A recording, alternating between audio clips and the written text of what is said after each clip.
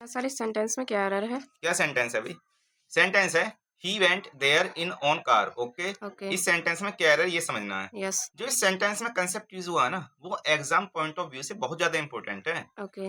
बार बार exam में पूछा जाता है। यस। ओके, अब इस सेंटेंस में एरर को देखने के लिए एसबीएम सेंटेंस ब्रेकिंग मेथड को फॉलो करते हैं। ओके, तो ओके। इस सेंटेंस में जो ही है वो सब्जेक्ट है, वेंट मेन वर्ब है, देयर एडवर्ब होता है यस। और मेन वर्ब के बाद में एडवर्ब आ सकते हैं बट एडजेक्टिव नहीं। ओके। इन प्रीपोजिशन है और प्रीपोजिशन का ऑब्जेक्ट नाउन या प्रोनाउन हो सकता है। यस। Okay, okay. अब इस प्रीपोजिशन का ऑब्जेक्ट ऑन है या कार है, ये कैसे डिसाइड करेंगे?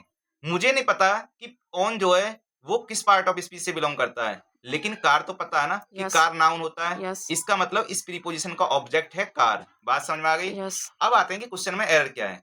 क्वेश्चन में एरर को समझने के लिए वर्ड ऑन को समझना पड़ेगा। यस। ऑन जो वर्ड होता है ना, ये वर्ब भी होता है और एडजेक्टिव भी होता है। ओके। जब ये वर्ब होता है तब ये वर्ब ऑफ पोजीशन की होती है ओके। और इसकी आईएनजी फॉर्म नहीं लिखते। बात यस। क्लियर है? यस। लेकिन जब ये as a adjective role sentence में प्ले करता है तब ये इम्फेसाइजिंग एडजेक्टिव ऑफ पोजीशन होता है। ओके। मतलब पोजीशन को भी इम्फेसाइज करने के लिए ऑन वर्ड का यूज किया जाता है। यस। बात क्लियर है? यस। अब यहाँ पे इस ऑन वर्ड के साथ में नाउन या प्रोनाउन का कोई भी पजेसिव केस यूज नहीं हुआ है। यस। बात क्लियर है ना? यस। जबकि कंसेप्ट ये कहता है कि ऑन के साथ में नाउन या प्रोनाउन के पजेसिव केस लिखा करो। यस। बात क्लियर है? ओके। क्योंकि जब ये इसके साथ कोई पजेसिव केस होगा ही नहीं तब ये इम्फेसाइज किसको करेगा? यस। क्योंकि इसका काम तो पजेशन को भी इम्फेसाइज करना।